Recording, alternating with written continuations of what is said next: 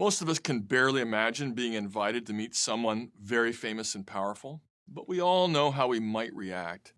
We'd say to ourselves, La mayoría de nosotros apenas si podemos imaginar cómo sería que nos invitaran a conocer a alguien muy famoso y poderoso. Pero todos sabemos muy bien cómo reaccionaríamos. Nos diríamos a nosotros mismos: ¿alguien me presentará? ¿Qué me pongo? ¿Qué debo hacer? ¿Qué debo decir? ¿Quién me puede enseñar cómo actuar cuando esté ahí? Imaginemos que nos invitaran a la sala del trono glorioso de Dios, aquel que creó todas las cosas. ¿Cómo reaccionaríamos? Nos diríamos: ¿alguien me presentará a Dios? ¿Qué debo hacer? ¿Qué debo decir? ¿Quién me puede enseñar cómo actuar en la presencia de Dios? Afortunadamente, hay alguien que nos puede preparar para reunirnos con Dios, que nos puede presentar y puede hacer que Dios nos vea de manera favorable para no tener que temer su juicio. Y por supuesto, esta persona es Jesucristo, y Él es nuestro gran sumo sacerdote. Esta es la lección 4 de nuestra serie Creemos en Jesús, y la hemos titulado El Sacerdote. En esta lección estudiaremos las formas en las que Jesús cumple con el oficio bíblico de sacerdote mediando el pacto entre Dios y su pueblo. Como hemos visto en lecciones anteriores, en el Antiguo Testamento Dios instituyó 3 oficios a través de los cuales administró su reino: los oficios de profeta, sacerdote y rey. Y en la etapa final del reino de Dios, comúnmente llamada la era del Nuevo Testamento, los 3 oficios encuentran su máximo cumplimiento en Jesús. Por esta razón, estudiar la importancia y función de estos oficios a lo largo de la historia puede ayudarnos a comprender la administración actual de Jesús del reino de Dios, así como las bendiciones y las obligaciones de sus fieles seguidores. En esta lección nos enfocaremos en el oficio de Jesús como sacerdote. Definiremos al sacerdote como una persona que media entre Dios y su pueblo para que Dios lo reciba en su santa presencia especial para concederle su bendición. Todos sabemos que Dios está presente en todas partes todo el tiempo, de manera invisible, pero en ciertos momentos y lugares también se manifiesta de formas especiales y visibles. Por ejemplo, lo hace en el radiante esplendor de la sala de su trono celestial, y a veces lo hace en la tierra también. Y cuando las criaturas nos acercamos a este tipo de manifestación de Dios, debemos estar bien preparados, representados y guiados para poder recibir la aprobación y la bendición de Dios. En la Biblia, este tipo de preparación, representación y orientación era el trabajo de los sacerdotes. Al igual que en la lección sobre el oficio profético de Jesús, esta lección sobre su oficio de sacerdote abarcará 3 temas principales. En primer lugar, examinaremos el trasfondo del Antiguo Testamento para la función sacerdotal. En segundo lugar, estudiaremos el cumplimiento de este oficio en la persona y la obra de Jesús. Y en tercer lugar, consideraremos la aplicación moderna de la obra sacerdotal de Jesús. Veamos primero el trasfondo del Antiguo Testamento del oficio sacerdotal de Jesús. Cuando la mayoría de los cristianos pensamos acerca del sacerdocio en el Antiguo Testamento, nuestras mentes se dirigen inmediatamente a Aarón y a sus descendientes, que fueron ordenados como sacerdotes en los días de Moisés, tal como leemos en Levítico capítulos 8 y 9. Pero es importante reconocer que incluso antes de la época de Moisés, ya había sacerdotes que servían a Dios. Incluso antes de la caída en el pecado, Dios le ordenó a Adán, el padre de la raza humana, que fuera su sacerdote.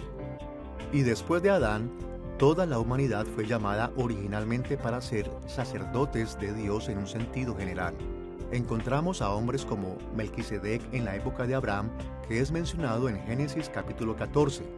Él era tanto el rey como el sacerdote de Salem. Job capítulo 1 indica que el mismo Job actuaba como sacerdote para su familia. Y de acuerdo a Éxodo capítulo 3, Jetro era sacerdote de Dios en Madián. Finalmente, Dios estableció un sacerdocio oficial y exclusivo en el que Aarón y sus descendientes sustituyeron todas las demás formas de sacerdocio. Pero todas estas clases diferentes de hombres eran verdaderos sacerdotes del Señor, y cada uno es parte del trasfondo del sacerdocio de Jesús en el Antiguo Testamento.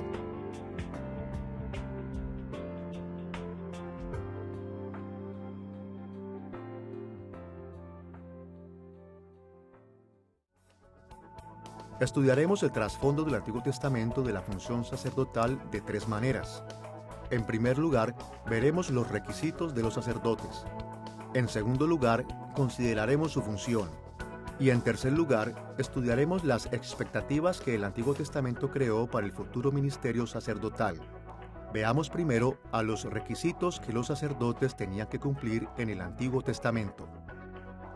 Los antiguos sacerdotes tenían que cumplir una serie de requisitos, pero solo mencionaremos dos que las Escrituras enfatizan. En primer lugar, veremos que los sacerdotes fueron nombrados por Dios, y en segundo lugar, resaltaremos su obligación de ser leales a Dios.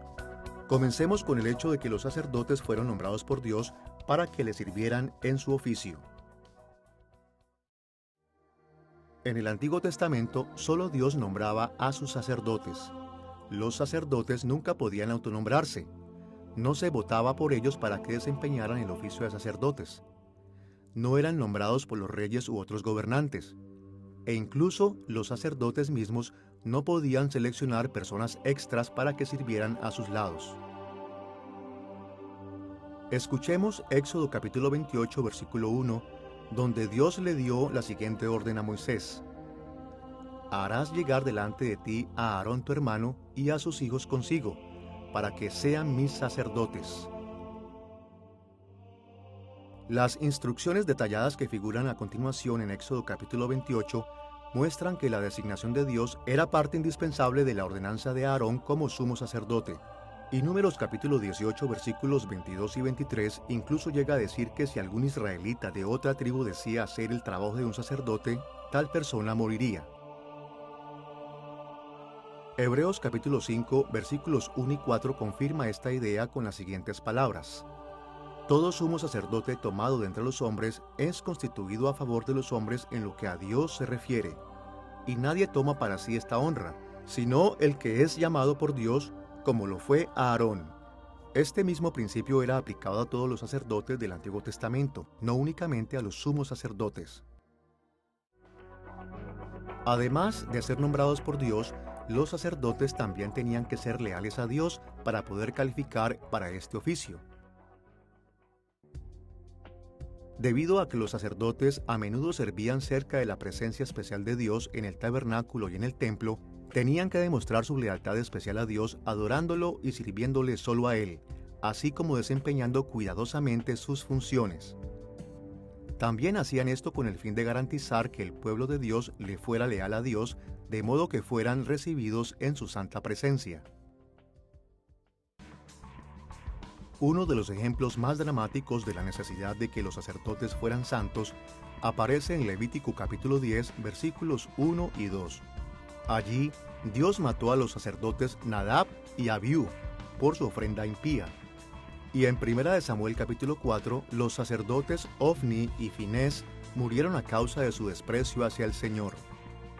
Además de estos ejemplos, las Escrituras, tales como el Salmo 132, versículo 9, y Lamentaciones capítulo 4, versículos 11 al 13, deja claro que los sacerdotes mismos tenían que ser fieles a Dios si querían tener alguna esperanza de preparar y llevar el pueblo a su presencia especial con el fin de recibir sus bendiciones. De lo contrario, acercarse a Dios daría lugar a un severo juicio. Después de haber visto los requisitos de los sacerdotes en el Antiguo Testamento, veamos su función. Consideraremos tres aspectos de la función de los sacerdotes. En primer lugar, veremos el liderazgo que proporcionaron. En segundo lugar, estudiaremos las ceremonias que realizaron y en tercer lugar, consideraremos su intercesión en nombre de los demás. Comencemos con el liderazgo que los sacerdotes proporcionaron. Los sacerdotes del Antiguo Testamento proporcionaron liderazgo para el pueblo de Dios de varias maneras. Sin embargo, para nuestros propósitos resumiremos esto en tres partes. En primer lugar, la adoración fue una de las áreas más importantes en las que los sacerdotes proporcionaron liderazgo. La adoración fue una parte importante a la hora de preparar y dirigir al pueblo de Dios hacia su santa presencia especial. En Israel, los sacerdotes y levitas presidían todos los actos nacionales de adoración, así como las fiestas anuales de Israel. También llevaban a cabo la adoración diaria en el tabernáculo y en el templo, además de servicios especiales en el día de reposo semanal, y guiaban a los participantes en la alabanza y el canto. Encontramos este tipo de información en pasajes como Primera de Crónicas capítulo 15, Segunda de Crónicas capítulos 7, 8, 29 y 30 y Nehemías capítulo 12. En segundo lugar, los sacerdotes proporcionaron una orientación especial en forma de juicios civiles y de rituales, y lo hicieron principalmente mediante la aplicación de la ley de Dios a las circunstancias que se enfrentaban. Este hecho se menciona en muchos pasajes como Éxodo capítulo 28 versículos 29 y 30, Números capítulo 21 versículo 27, Deuteronomio 21 versículo 5 y Ezequiel capítulo 44 versículo 24. Por ejemplo, escuchemos la manera en que Moisés describió los juicios civiles que los sacerdotes podían llevar a cabo en Deuteronomio capítulo 17, versículos 8 y 9. Cuando alguna cosa te fuere difícil en el juicio, entre una clase de homicidio y otra, entre una clase de derecho legal y otra, y entre una clase de herida y otra, en negocios de litigio, vendrás a los sacerdotes levitas y al juez que hubiere en aquellos días y preguntarás, y ellos te enseñarán la sentencia del juicio. Como este pasaje indica, los asuntos legales se resolvían normalmente en los tribunales locales, pero en casos particularmente difíciles, la gente podía ir a los sacerdotes o jueces especiales quienes llevarían a cabo los juicios. De hecho, en Éxodo capítulo 18, Jetro, sacerdote de Madián, le dijo al mismo Moisés cómo organizar los tribunales y los jueces de Israel. El sacerdocio de Jetro lo había hecho una autoridad en tales asuntos. Las decisiones y la orientación sacerdotal también incluía investigar, interpretar y juzgar los asuntos relacionados con la salud y la santidad. Los sacerdotes inspeccionaban la presencia de moho en las casas, diagnosticaban enfermedades y declaraban a las personas u objetos limpios o inmundos de acuerdo con las leyes de Dios. Este tipo de funciones sacerdotales se enumeran en pasajes como Levítico capítulos 11 al 15. Estos eran asuntos sacerdotales, porque los problemas personales y de salud pública entraron en el mundo como parte de la maldición de Dios contra el pecado de Adán, en la que Adán fue excluido de la presencia especial de Dios en el jardín del Edén. La maldición universal de la muerte fue instituida en Génesis capítulo 3 versículo 19, y este juicio general incorporaba otros juicios relacionados con la salud, como podemos ver en pasajes como Levítico capítulo 26 versículo 16 y Deuteronomio capítulo 28 versículos 21 al 28. Por esta razón, los problemas de salud jugaban un papel importante en la preparación de los israelitas para pedir las bendiciones de Dios. Una tercera forma en la que los sacerdotes demostraron su liderazgo fue por medio de la enseñanza de la palabra de Dios a la gente, como leemos en Segunda de Crónicas capítulo 35 versículo 3, Nehemías capítulo 8 y Malaquías capítulo 2. Como un ejemplo, escuchemos las palabras del Señor en Malaquías capítulo 2 versículo 7. Porque los labios del sacerdote han de guardar la sabiduría, y de su boca el pueblo buscará la ley, porque mensajero es de Jehová de los ejércitos. La falsa enseñanza fue el resultado del pecado en el mundo, y las transgresiones de la palabra de Dios hacían que la gente no fuera apta para entrar en su presencia especial. Así, a los sacerdotes se les dio la tarea de enseñar la palabra de Dios con el fin de preparar y llevar a su pueblo a su santa presencia especial de una manera que resultara en su bendición. Habiendo estudiado el liderazgo que los sacerdotes proveían, veamos ahora las ceremonias que llevaban a cabo para su pueblo. En la época de Moisés, y más tarde en la época de David, los sacerdotes llevaban a cabo una gran variedad de ceremonias que estaban diseñadas para preparar al pueblo de Dios para entrar en su presencia especial. Estas ceremonias involucraban momentos, eventos y objetos santos, tal como vemos en pasajes como Levítico capítulos 1 al 7 y 23, Números capítulos 18 y 19, Primera de Crónicas capítulo 23 y Segunda de Crónicas capítulo 8. A menudo, estas ceremonias se centraban en los lugares santos donde la presencia especial de Dios aparecería y su pueblo le adoraría. Por ejemplo, Era responsabilidad de los sacerdotes asegurarse que las áreas del tabernáculo y del templo estuvieran tan bellas y perfectas como fuera posible y fueran apropiadas para que Dios residiera allí en su visible gloria especial. Leemos acerca de esto en pasajes como Levítico capítulo 24, versículos 1 al 9, Números capítulos 3 y 4 y Primera de Crónicas capítulo 24, versículos 25 al 32. Pero quizás la característica ceremonial más conocida del servicio sacerdotal fue la presentación de ofrendas. Las ofrendas iban desde expresiones de acción de gracias a experiencias de comunión hasta la expiación de pecados. Algunas se presentaban regularmente, como los sacrificios temprano en la mañana, los sacrificios nocturnos y el día de expiación anualmente.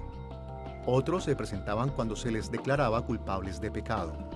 Otras ofrendas eran llevadas de acuerdo a la voluntad del creyente, como las ofrendas voluntarias. Una amplia gama de ofrendas requeridas aparecen en pasajes como Levítico capítulos 1 al 7 y el capítulo 16. De todas las funciones ceremoniales de los sacerdotes, la más prominente en el ministerio de Jesús fue la presentación de las ofrendas, especialmente ofrendas de expiación. Así que enfocaremos la mayor parte de nuestra atención en ellas.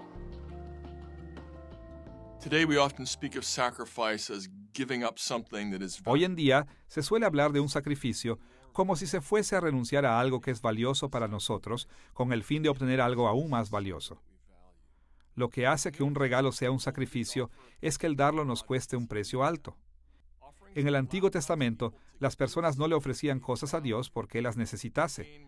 Las ofrendas le permitieron al pueblo de Dios dar algo que valoraban para ganar algo mucho más valioso, como el perdón de los pecados. Las ofrendas le permiten a los creyentes adorar a Dios y expresarle su sumisión a Él, e incluso expresarle su agradecimiento por sus provisiones. Claro está que siempre se supone que la ofrenda es una expresión de fe, dada por los motivos apropiados. Dios llegó a rechazar los sacrificios que no se ofrecían con un corazón sincero. La eficacia de la ofrenda siempre dependió de la sinceridad con la que se le ofrecía el sacrificio a Dios. Las ofrendas expiatorias eran parte importante del ministerio sacerdotal, incluso antes de las extensas leyes y rituales dadas a través de Moisés. Por ejemplo, en Job capítulo 1, Job sacrificó animales en nombre de sus hijos en caso de que hubieran pecado sin darse cuenta durante sus fiestas al estar juntos. De hecho, las ofrendas expiatorias son tan antiguas como la caída de la humanidad en pecado. Cuando Adán y Eva pecaron por primera vez, Dios instituyó ofrendas de expiación a través de las cuales perdonaba pecados y se reconciliaba con su pueblo. Este tipo de ofrenda está descrita en pasajes como Levítico capítulos 4 al 6 y Números capítulo 15 versículos 25 al 28. La idea general en la que se basa la expiación es bastante sencilla. Debido a nuestro pecado, todos los seres humanos merecemos ser castigados. Por lo tanto, con el fin de evitar este justo castigo, los creyentes ofrecemos sacrificios que reciben el castigo de Dios en nombre de nuestros pecados. Los teólogos a menudo se refieren a esto con el nombre de expiación sustitutoria, porque la ofrenda sustituye al creyente en la ceremonia de expiación. En todos los casos en el Antiguo Testamento, las ofrendas expiatorias eran simbólicas. Dios aplicó el perdón a su pueblo por medio de ofrendas expiatorias, no basándose en el valor o mérito de las ofrendas en sí mismas. Más bien, las ofrendas del Antiguo Testamento solamente eran eficaces porque apuntaban hacia la sustancia y el mérito del sacrificio de Jesús en el Nuevo Testamento. Cuando se realizaban ofrendas de expiación en favor de los creyentes fieles, estas producían al menos dos resultados importantes, los cuales basaban su eficacia en el futuro sacrificio de Cristo. El primer resultado que mencionaremos es la expiación. La expiación se refiere al efecto que tiene la ofrenda en el creyente. Es la eliminación de la culpa del pecado del creyente. Esto lo protege de la ira que Dios derramaría sobre él. A través de la expiación, el castigo por el pecado de los creyentes es colocada sobre el sustituto para que esté protegido contra el juicio del Señor. La expiación es mencionada en los pasajes en los cuales se habla de que el pecado está cubierto u oculto, como en Job capítulo 14, versículo 17, y el Salmo 32, versículos 1 y 5. Es evidente también en los pasajes que hablan de que el pecado o la culpa es removida, como en Levítico capítulo 10, versículo 17, Salmo 25, versículo 18, e Isaías capítulo 6, versículo 7. Y lo vemos en pasajes que hablan de que el pecado es transferido a un sustituto, como Isaías capítulo 53, versículo 6. Un segundo resultado que las ofrendas expiatorias producían para los creyentes era la propiciación. La propiciación se refiere al efecto que la ofrenda tiene en Dios. La propiciación es la satisfacción de la justicia y la ira de Dios contra el pecado. La propiciación indica que la ira de Dios ha encontrado un lugar de expresión y ha sido satisfecha. Gracias a ella, Dios es capaz de expresar bondad y amor hacia el creyente sin tener que saltarse su justicia. La propiciación es indicada en pasajes que hablan de que la ira de Dios ha sido satisfecha o desviada, como Números capítulo 25, versículos 11 al 13, o Deuteronomio capítulo 13, versículos 16 y 17. Con esta comprensión del liderazgo sacerdotal y ceremonial en mente, estamos listos para reflexionar en la obra de intercesión realizada en nombre de las personas a las que ésta representaba. Podemos definir a la intercesión como la mediación o petición a favor de otra persona. Un intercesor es alguien que está de nuestra parte y defiende nuestro caso cuando estamos en problemas o que trata de conciliar las controversias entre nosotros y otras personas. Los sacerdotes del Antiguo Testamento a menudo intercedían a través de su liderazgo y orientación, así como a través de las ceremonias que Dios les había asignado. Por ejemplo, intercedían entre los individuos cuando resolvían diferencias jurídicas, así como entre el pueblo y Dios cuando presentaban ofrendas de expiación. Pero los sacerdotes también realizaban otros tipos de intercesión. Una forma común de intercesión era pedir ayuda. Los sacerdotes a menudo ofrecían oraciones para que Dios sane, salve o ayude a su pueblo. Encontramos ejemplos de esto en 1 Samuel, capítulo 1, versículo 17, y 1 Crónicas, capítulo 16, versículo 4. Como un ejemplo, escuchemos el registro de la intercesión de Job por sus hijos en Job capítulo 1, versículo 5. Y acontecía que habiendo pasado en turno los días del convite, Job enviaba y los santificaba, y se levantaba de mañana y ofrecía holocaustos conforme al número de todos ellos. Porque decía Job: quizá habrán pecado mis hijos, y habrán blasfemado contra Dios en sus corazones.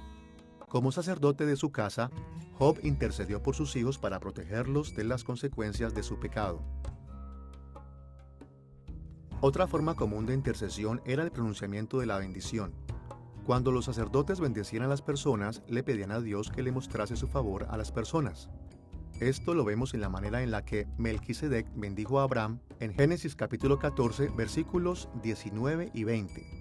Y en la bendición que se le enseñó a pronunciar a los sacerdotes sobre las personas en Números capítulo 6, versículos 22 a 27. Como un ejemplo, escuchemos lo dicho en 2 de Crónicas capítulo 30, versículo 27. Después los sacerdotes y levitas, puestos en pie, bendijeron al pueblo, y la voz de ellos fue oída, y su oración llegó a la habitación de su santuario al cielo. Cuando el texto dice que la voz de ellos fue oída, significa que él honró la intercesión sacerdotal, favoreciendo a las personas que ellos bendecían.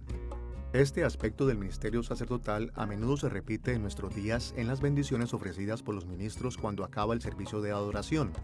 Muchas iglesias incluso repiten la misma bendición que le fue dada a Aarón, que se encuentra en Números capítulo 6. Como hemos visto, las funciones de los sacerdotes eran muy variadas. Ellos proporcionaban liderazgo, conducían ceremonias y ofrecían la intercesión. Pero a pesar de lo variadas que eran estas actividades, todas ellas estaban unidas por un propósito constante. Fueron diseñadas para que el pueblo de Dios se adaptara a vivir en su presencia especial a fin de que pudieran recibir todas las bendiciones de su pacto. Ahora que hemos visto los requisitos y la función de los sacerdotes, enfoquemos nuestra atención en las expectativas que el Antiguo Testamento creó para futuros ministerios sacerdotales. In the days of the Old Testament, En la época del Antiguo Testamento, el oficio de sacerdote era dinámico y cambiante. Sus funciones y responsabilidades específicas cambian a través del tiempo. El sacerdocio de Melquisedec no era precisamente el mismo que el de Job. El de Job era diferente al de Jetro, y el de Jetro difería del de Aarón y de sus descendientes. Y el Antiguo Testamento también señaló los cambios que eso tendría en el futuro. Para entender las expectativas que los sacerdocios del Antiguo Testamento crearon para el futuro, veremos hacia dos direcciones. En primer lugar, examinaremos el desarrollo histórico del oficio a través del Antiguo Testamento. Y en segundo lugar, nos enfocaremos en algunas profecías específicas sobre el futuro de la función sacerdotal. Comencemos con el desarrollo histórico del oficio de sacerdote. Debido a que siempre ha existido la necesidad de los seres humanos a tener acceso a la santa presencia especial de Dios, siempre ha habido una necesidad de funciones sacerdotales. De hecho, los sacerdotes siempre han sido importantes en la estrategia a largo plazo de Dios para la humanidad y la creación. Pero históricamente, el papel de los sacerdotes a veces ha cambiado en respuesta a las circunstancias cambiantes del pueblo de Dios. Consideraremos ahora las nuevas funciones de los sacerdotes en 4 etapas diferentes de la historia, comenzando con la época de la creación. Esta época corresponde al pacto de Dios con Adán. El jardín del Edén en el que se colocó la humanidad era en sí mismo un santuario donde Dios caminaba y hablaba con su pueblo. En este contexto, Adán y Eva servían a Dios en formas que se asemejaban al servicio de los sacerdotes arónicos en el tabernáculo y en el templo. Por esta razón, podemos decir que el oficio de sacerdote es tan antiguo como la humanidad misma. Escuchemos lo que Moisés escribió en Génesis capítulo 2, versículo 15. Tomó pues Jehová Dios al hombre, y lo puso en el huerto de Edén para que lo labrara y lo guardase.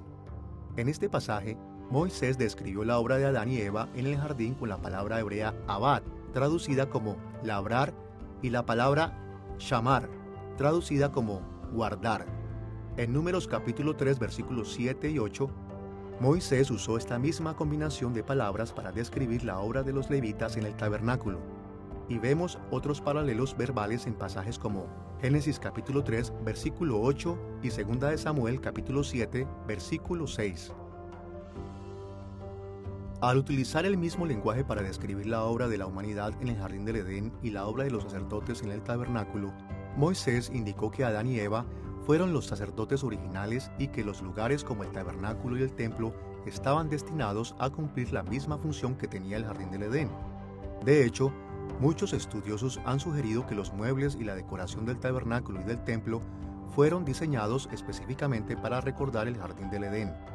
En todo caso, el sacerdocio de la humanidad en el Edén consistía en ser ministros de Dios en su santuario, el jardín, cuidando sus cosas sagradas y garantizando que el lugar era apto para que él habitara. Además, Dios le ordenó a Adán y a Eva y a sus descendientes convertirse en un reino de sacerdotes, ampliando su obra al resto del mundo. Escuchemos las palabras de Dios a la humanidad en Génesis capítulo 1, versículo 28. Fructificad y multiplicaos, llenad la tierra y sojuzgadla.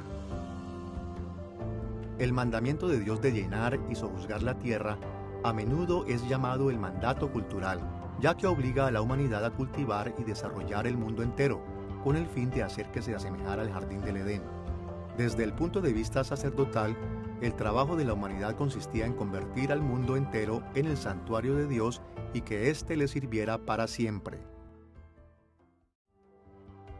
Los primeros cambios en la función de sacerdote tomaron lugar cuando ocurrió la caída en pecado de la humanidad, cuando se comió el fruto prohibido del árbol del conocimiento del bien y del mal en Génesis capítulo 3. En ese momento, Adán y Eva fueron expulsados del jardín del Edén y tuvieron que comenzar a presentar ofrendas de expiación por el pecado. Encontramos posibles referencias a esta práctica en Génesis capítulo 3, versículo 21. En donde el Señor cubrió a Adán y a Eva con pieles de animales. Y encontramos una referencia más explícita de esta práctica en Génesis capítulo 4, versículo 4, en el sacrificio de animales de Abel al Señor. Otras referencias también pueden ser encontradas a lo largo de este periodo de tiempo, como por ejemplo, los sacrificios que Noé ofreció después del diluvio en Génesis capítulo 8, versículo 20, el carnero que Abraham sacrificó en Génesis capítulo 22, versículo 13, y los sacrificios ofrecidos por Jacob en Génesis capítulo 31, versículo 54. Durante este tiempo, los jefes de familia tendían a servir como sacerdotes sobre sus descendientes y solo unos cuantos sacerdotes eran llamados para servir de manera más amplia. Otro cambio que tomó lugar en esta época fue el lugar del ministerio sacerdotal. Antes de la caída, este ministerio había tomado lugar exclusivamente en el santuario de Dios en el jardín del Edén. Pero cuando se expulsó a la humanidad del jardín del Edén, en Génesis capítulo 3, Dios dirigió a sus sacerdotes a buscar otros lugares para adorarlo y a crear piedras ceremoniales para marcar los lugares en donde se había reunido con ellos. En este punto en la historia, ningún lugar podía ser llamado el lugar donde habitaba Dios, lo que es diferente del periodo de la creación. El siguiente conjunto significativo de cambios tuvo lugar en los días del éxodo de Israel de su esclavitud en Egipto. La nación de Israel, después de haber sido esclavizada por el faraón de Egipto durante más de 400 años, clamó a Dios y Él la liberó con un poderoso despliegue de milagros. Este evento está descrito en el segundo libro de la Biblia, titulado Éxodo. Durante este tiempo, Dios redujo su llamado sacerdotal de toda la humanidad a solamente la nación de Israel. Como Él dijo en Éxodo capítulo 19, versículo 6, Israel debía ser para Él un reino de sacerdotes. También apartó a la tribu de Leví para que ellos fueran sus siervos especiales. La mayor parte de la tribu sirvió al menor número de levitas, quienes actuaron como sacerdotes de la nación. Entre los levitas, solo Aarón y sus descendientes fueron seleccionados para ser sacerdotes, con un hombre a la vez que actuaba como sumo sacerdote. Encontramos las instrucciones de Dios del sacerdocio de Aarón en el libro de Levítico, así como en el libro de Números. Dios también dictó la creación del tabernáculo durante este periodo. El tabernáculo era una gran carpa adornada que los israelitas podían llevar con ellos durante sus viajes. Tuvo en esencia la misma función que el jardín del Edén había tenido en el momento de la creación, ser el santuario terrenal de Dios, el lugar donde Él caminaba y hablaba con su pueblo. Después de la caída, Dios se había reunido con personas en diferentes lugares de vez en cuando. Sin embargo, con la creación del tabernáculo, Dios centró una vez más su adoración en un solo lugar. Y este lugar de culto debía ser atendido y mantenido por los siervos escogidos de Dios, los sacerdotes. Las instrucciones para el tabernáculo y el registro de su creación se pueden encontrar en Éxodo capítulos 25 al 40. Dios quiso que los cambios en el sacerdocio durante el Éxodo fueran pasos hacia el cumplimiento de su plan original para la humanidad. Su plan era utilizar primero a los sacerdotes de la familia de Aarón para hacer a Israel un reino de sacerdotes, y después, a través de la fidelidad y el servicio de esta nación especial, ampliar su reino hasta abarcar el mundo. Los cambios finales al oficio de sacerdote en el Antiguo Testamento ocurrieron durante la monarquía de Israel, cuando la nación de Israel se había establecido en la tierra prometida y vivía bajo el gobierno de un rey. El periodo monárquico tuvo un falso comienzo con Saúl, el primer rey de Israel, pero empezó realmente con el sucesor de Saúl, David, y con sus descendientes. Cuando los reyes de Israel reinaban, estaban estrechamente involucrados con el servicio sacerdotal. Por ejemplo, David hizo planes para el templo. Se aseguró de que se prestasen los servicios sacerdotales. También organizó a las familias sacerdotales y asignó tareas específicas para ellas. Estos desarrollos se encuentran en pasajes como Primera de Crónicas capítulo 15, 16 y 23 al 28. David también asignó obligaciones a las otras familias levíticas, especialmente para que fueran guardianes y músicos. Incluso ofreció sacrificios y bendiciones uniéndose a los sacerdotes de vez en cuando, como vemos en 2 de Samuel capítulo 6 versículos 17 y 18. En cierto momento, incluso cambió su atuendo real por el efod de lino de levita, como está registrado en Primera de Crónicas capítulo 15 versículo 27. Estos desarrollos se mantuvieron incluso más allá de los días de David, como podemos ver en Esdras capítulo 8, versículo 20. En los días de David, las familias a las que se les permitió servir como sumos sacerdotes se redujeron a solo dos, las de los descendientes de Aarón, Sadoc y Abiatar. Esta información está registrada en Primera de Crónicas capítulo 18, versículo 16. Después de David, su hijo Salomón reinó sobre el reino de Dios y se involucró en los servicios sacerdotales incluso más que David. Salomón presidió la construcción del templo. Supervisó incontables sacrificios. Guió al pueblo en oración en el templo y proclamó bendiciones sobre ellos como su padre. Estos detalles se mencionan en Primera de Crónicas capítulo 21, versículo 28, Segunda de Crónicas capítulos 3 al 6 y Primera de Reyes capítulo 8 y 9. También se asumen en muchos de los salmos que David escribió, incluyendo los salmos 5, 11, 18, 27, 65, 66 y 68. Salomón también redujo la línea de los sumos sacerdotes una vez más. Como Abiatar cometió traición, Salomón lo excluyó a él y a su familia del servicio sacerdotal, como podemos ver en Primera de Reyes capítulo 2 versículos 26, 27 y 35. Así se cumplió la sentencia dictada sobre la casa de Elí, quien fue un sacerdote infiel en los días de los jueces, lo cual está registrado en Primera de Samuel capítulo 2 versículos 27 al 36.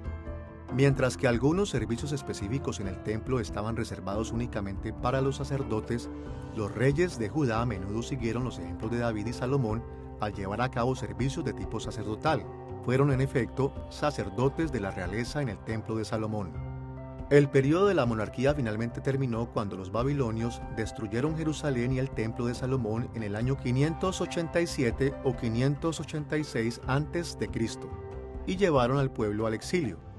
Pero alrededor del año 515 a.C., durante los esfuerzos de restauración posteriores al exilio, un segundo templo fue construido por los israelitas que regresaron.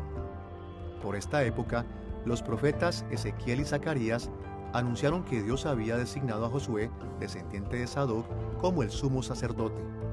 También anunciaron que Josué serviría junto a Zorobabel, un descendiente de David que dirigiría la restauración. Lamentablemente, los esfuerzos de Zorobabel y Josué no continuaron por mucho tiempo. Con el tiempo, la mayoría de los sacerdotes y los levitas se apartaron de Dios, así como la mayor parte de la nación. El culto que Israel llevaba a cabo se corrompió y el juicio de Dios permaneció en el país por cientos de años. Aún así, durante este periodo, el pueblo de Israel continuó recordando los días de David y Salomón.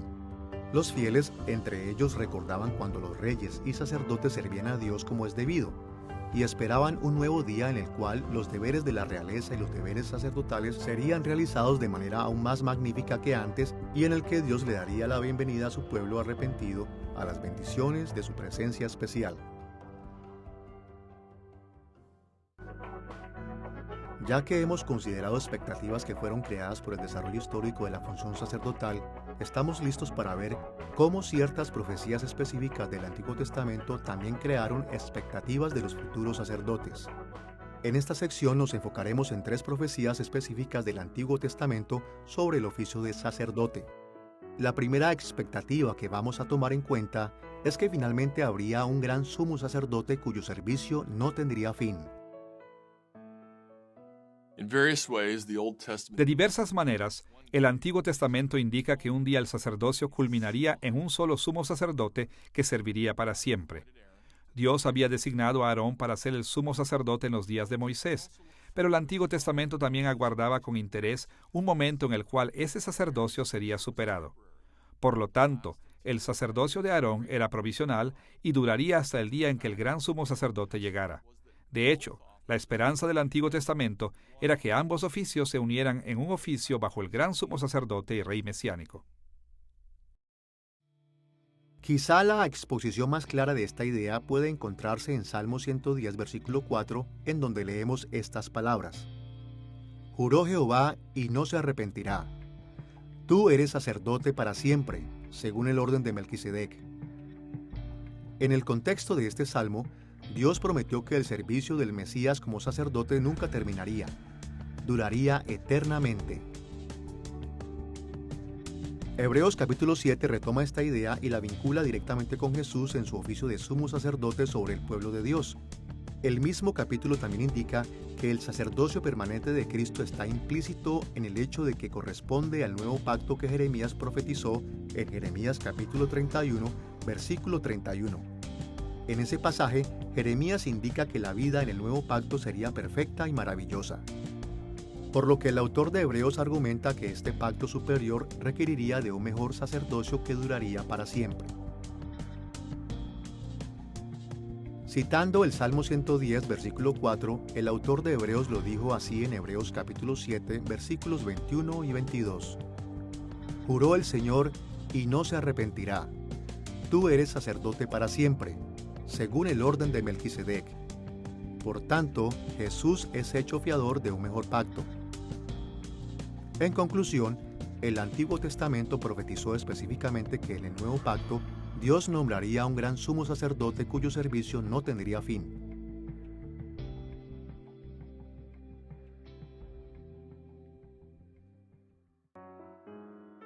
Una segunda expectativa para el oficio de sacerdote, que fue profetizada específicamente en el Antiguo Testamento, era que el gran sumo sacerdote gobernaría como rey.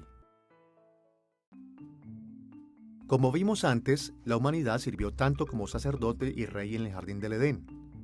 Y el propio Melquisedec también sirvió de ambas maneras. Y aunque estos oficios se dividieron más tarde en la historia, el Antiguo Testamento profetizó que finalmente estos serían reunidos en la persona del Mesías. Veamos el Salmo 110 nuevamente, esta vez los versículos 2 al 4, donde el Señor hizo esta promesa sobre el futuro Mesías. Jehová enviará desde Sión la vara de tu poder. Domina en medio de tus enemigos. Juró Jehová y no se arrepentirá. Tú eres sacerdote para siempre, según el orden de Melquisedec. Aquí Dios prometió que el Mesías sería un descendiente de David que tanto reinaría como un rey y serviría como sacerdote. Esta misma idea se encuentra también en Zacarías capítulo 6, versículo 13, en donde encontramos esta profecía sobre el futuro Mesías. Él edificará el templo de Jehová. Según el Antiguo Testamento, una expectativa para el oficio de sacerdote era que el Mesías lo reuniría con el oficio de rey. La tercera expectativa profetizada específicamente para el oficio de sacerdote era que el mismo pueblo de Dios se convertiría en un reino de sacerdotes. Como vemos en Génesis capítulo 2, versículo 15, la humanidad comenzó en el jardín del Edén sirviendo en una manera sacerdotal. Por lo tanto, no debería sorprendernos que en nuestra restauración después de la caída en el pecado, la humanidad redimida vuelva a servir nuevamente como los sacerdotes de Dios. De hecho, esto está profetizado específicamente en lugares como Éxodo capítulo 19, versículo 6, e Isaías capítulo 61, versículo 6. Ambos pasajes indican que cuando el Mesías reine, el pueblo de Dios le servirá como sacerdote fiel y estará unido como una sola nación o un reino de sacerdotes. Los teólogos a menudo se refieren a esto como el sacerdocio de todos los creyentes. Y el apóstol Pedro indicó que este suceso ya estaba tomando lugar en su propia época. Escuchemos lo que Pedro escribió en 1 de Pedro capítulo 2, versículo 5. Vosotros también sed edificados como casa espiritual y sacerdocio santo, para ofrecer sacrificios espirituales aceptables a Dios por medio de Jesucristo. As covenant reconcilers, the priests in the Old Testament continually Como reconciliadores del pacto, los sacerdotes del Antiguo Testamento le recordaban continuamente a su gente la importancia de su relación de pacto con Dios. Y teniendo en cuenta la devastación que el pecado había traído a la creación, el sacerdocio era vital y necesario para el continuo progreso del reino de Dios y para el cumplimiento de sus fines. Sin embargo, estos propósitos no se cumplirían sin la figura sacerdotal fundamental de la historia, el Mesías que el Antiguo Testamento entero anticipó. Habiendo examinado el trasfondo del Antiguo Testamento para el oficio de sacerdote, estamos listos para pasar a nuestro segundo tema principal: el cumplimiento de la función sacerdotal en Jesús. Debemos comenzar señalando que los evangelios y las epístolas del Nuevo Testamento afirman de manera explícita que Jesús cumplió las expectativas del Antiguo Testamento en cuanto a la función sacerdotal.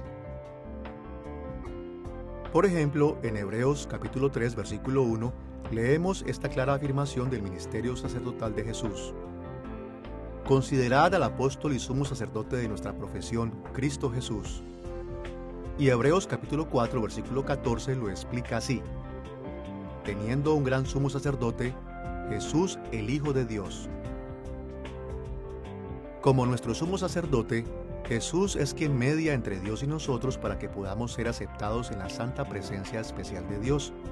Él es quien asegura que seamos santos y santificados por Dios de modo que podamos vivir en la presencia de Dios y recibir sus bendiciones del pacto. Estudiaremos el cumplimiento de la función sacerdotal en Jesús, tomando en cuenta las mismas categorías que utilizamos para analizar su trasfondo en el Antiguo Testamento.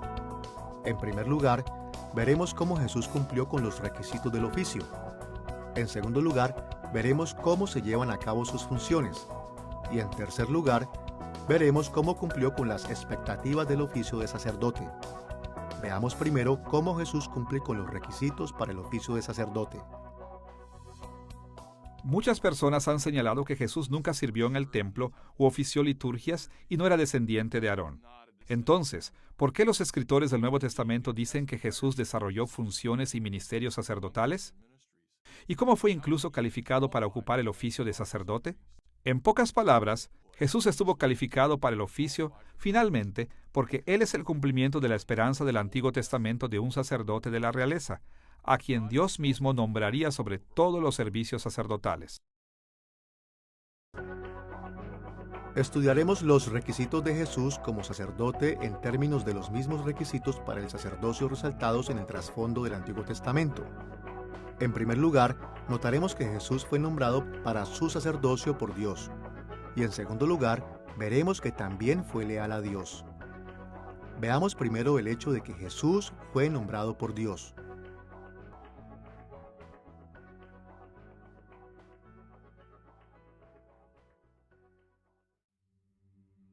Hebreos capítulo 5 versículos 4 al 10 dice de manera explícita que Dios nombró a Jesús como sumo sacerdote. Escuchemos lo que dice. Nadie toma para sí esta honra, sino el que es llamado por Dios, como lo fue Aarón. Así tampoco Cristo se glorificó a sí mismo haciéndose sumo sacerdote, y fue declarado por Dios sumo sacerdote. Puesto que Dios lo nombró, Jesús ciertamente cumplió estos requisitos. Al mismo tiempo, debemos reconocer que este nombramiento era algo inusual, debido a que Jesús no tenía una genealogía sacerdotal levítica. Como recordaremos al principio del Antiguo Testamento, Dios permitió que diferentes clases de personas fueran sacerdotes. Pero hacia el final del Antiguo Testamento le había dado el sacerdocio solo a los descendientes de Sadoc. Aún así, el nombramiento de Jesús no es tan inusual como puede parecer a primera vista. En el jardín del Edén, Adán fue asignado para gobernar sobre la tierra como rey vasallo de Dios, pero su gobierno fue también un servicio sacerdotal, diseñado para convertir al mundo en un lugar adecuado para la gloriosa presencia de Dios. Asimismo, los oficios de sacerdote y rey estuvieron estrechamente relacionados con los reyes del período monárquico. De la misma manera, Cristo es un sacerdote real. Él gobierna como el perfecto rey vasallo de Dios, pero su gobierno es también un servicio sacerdotal que nos prepara a nosotros y a la tierra para la gloriosa presencia especial de Dios. De este modo, Cristo realmente cumple con lo que Adán y el resto de sus descendientes fallaron en hacer. Escuchemos de nuevo la forma en que David habló del gran Mesías en el Salmo 110, versículos 1 al 4. Jehová dijo a mi Señor: siéntate a mi diestra, hasta que ponga a tus enemigos por estrado de tus pies. Jehová enviará desde Sión la vara de tu poder. Domina en medio de tus enemigos. Juró Jehová y no se arrepentirá. Tú eres sacerdote para siempre, según el orden de Melquisedec. En este pasaje, el Mesías, a quien David llama mi Señor, es descrito con las imágenes reales de la vara de tu poder, domina y sacerdote. La profecía de David esperaba con interés el día en que uno de sus descendientes se levantara como majestad imperial y cumpliera no solo con el servicio real, sino con todo el servicio sacerdotal, como Melquisedec lo había hecho. Esta es la razón por la que Hebreos capítulo 7, versículo 14, hace hincapié en el hecho de que Jesús es de la tribu real de Judá y no de la tribu sacerdotal de Leví. El hecho de que Jesús era tanto un rey judío como el gran sumo sacerdote es una prueba de que Él es el tan esperado Hijo de David, el Mesías. Habiendo visto que Jesús fue nombrado por Dios, estamos listos para ver el hecho de que también cumplió con el requisito de ser leal a Dios. Como hemos mencionado anteriormente, a los sacerdotes se les exigió que demostraran una medida especial de lealtad a Dios al adorarle y servirle solo a Él, llevando a cabo cuidadosamente las tareas que Dios les asignaba. Una de las principales razones de sus deberes era garantizar que el pueblo de Dios también fuera fiel a Dios, tanto en lo moral como en lo ceremonial, para que pudiera entrar en la presencia especial de Dios sin temor. Este fue uno de los principales servicios que los sacerdotes proveían. Jesús reunió estos mismos requisitos a la perfección. Él siempre honró y sirvió a Dios y solo a Dios, y siempre obedeció los mandatos del Padre. Y a través de este ministerio sacerdotal, Jesús tiene la autoridad de prepararnos para entrar en la santa presencia especial de Dios. En sentido general, podemos ver el contenido completo de los 4 evangelios como prueba de la fidelidad de Jesús a Dios. Él siguió la comisión que le fue dada por su Padre. Él solo hablaba lo que su Padre le decía e hizo solo aquellas cosas que había visto hacer a su Padre. Pero también hay muchos pasajes en el Nuevo Testamento que resumen estas ideas de forma explícita, tal como Mateo capítulo 26, versículo 42, Juan capítulo 5, versículo 19, capítulo 14, versículo 31 y el capítulo 17, versículo 4. Y Hebreos capítulo 7, versículos del 5 al 7. La perfecta fidelidad de Jesús a Dios es un aspecto fundamental de su éxito como nuestro gran sumo sacerdote. Solo siendo totalmente fiel a Dios podría hacer a sus seguidores perfectamente santos para vivir en la santa presencia especial de Dios por toda la eternidad. Y nos encontramos con muchos ejemplos de esto en las Escrituras. Por ejemplo, Él oró por nuestra santidad en su oración sacerdotal en Juan capítulo 17, versículo 19, y de acuerdo a Romanos capítulo 15, versículo 16, y 1 de Corintios capítulo 6, versículo 11, Dios ya ha respondido a esa oración al vernos santos en su presencia.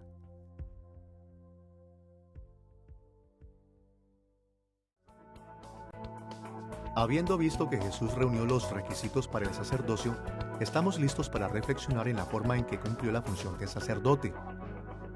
Exploremos la función de Jesús como sacerdote viendo las mismas funciones sacerdotales que hemos identificado en el Antiguo Testamento. En primer lugar, liderazgo sacerdotal sobre el pueblo de Dios. En segundo lugar, las ceremonias sacerdotales. Y en tercer lugar, la intercesión sacerdotal. Veamos primero cómo Jesús cumplió la función de liderazgo sacerdotal. Aunque hay muchos aspectos del liderazgo de Jesús que podríamos destacar, nos centraremos en los 3 que mencionamos en nuestro estudio del trasfondo del Antiguo Testamento del oficio sacerdotal de Jesús, empezando por el liderazgo que él ofreció en adoración. Como el que iba a ser exaltado como gran sumo sacerdote, Jesús hizo muchas cosas para promover la adoración verdadera y espiritual de la nación de Israel y de sus seguidores. Por ejemplo, en Mateo capítulo 21 versículos 12 y 13, expulsó a los mercaderes y cambistas del templo, ya que estaban convirtiendo la casa de oración de Dios en una cueva de ladrones. Pero aún más importante que esto es que Él haya hecho posible que su pueblo se acercara a Dios en el lugar santísimo del templo celestial. En el Antiguo Testamento, el tabernáculo y más tarde el templo eran lugares que el cielo y la tierra cruzaban. Eran lugares especiales en los cuales los fieles se encontraban presentes simultáneamente en la tierra y en la corte celestial de Dios. Pero en el Nuevo Testamento, Jesús tomó esa función. Así, en lugar de ir a un edificio especial para entrar en la corte celestial de Dios, Jesús nos lleva allí personalmente. A través de Él, se nos ha aceptado en la santa presencia especial de Dios, donde recibimos la bendición de la comunión con Él. Escuchemos lo que Hebreos capítulo 10, versículos 19 al 22 dice al respecto. Así que, hermanos, teniendo libertad para entrar en el lugar santísimo por la sangre de Jesucristo, por el camino nuevo y vivo que Él nos abrió a través del velo, esto es, de su carne, y teniendo un gran sacerdote sobre la casa de Dios, acerquémonos con corazón sincero, en plena certidumbre de fe. Jesús también ofreció su liderazgo sacerdotal, ofreciendo orientación especial en juicios civiles y rituales. Por ejemplo, en Mateo capítulo 12, versículos 1 al 8, Jesús proveyó juicio sacerdotal cuando sus discípulos fueron acusados de no respetar el día de reposo. En Marcos capítulo 7, versículo 19, Él pronunció juicios acerca del ritual de limpieza de la comida. Y después de que sanó al leproso en Mateo capítulo 8, proporcionó la declaración sacerdotal de que ese hombre estaba ceremonialmente limpio y le ordenó llevar el sacrificio adecuado al templo. Aunque Jesús mandó al hombre a mostrarse ante los sacerdotes, esto no fue con el propósito de pedirles que juzgaran su condición. Más bien, según Mateo capítulo 8, versículo 4, era para que fuera testimonio del poder y la autoridad de Jesús. El tercer tipo de liderazgo sacerdotal que hemos mencionado es la enseñanza, y Jesús también realizó esta función. Ahora bien, es cierto que Israel tenía muchos diferentes tipos de maestros. Los profetas eran maestros que proclamaban el pacto y la voluntad de Dios. Los padres enseñaban a sus hijos. Los rabinos y los ancianos enseñaban a sus comunidades.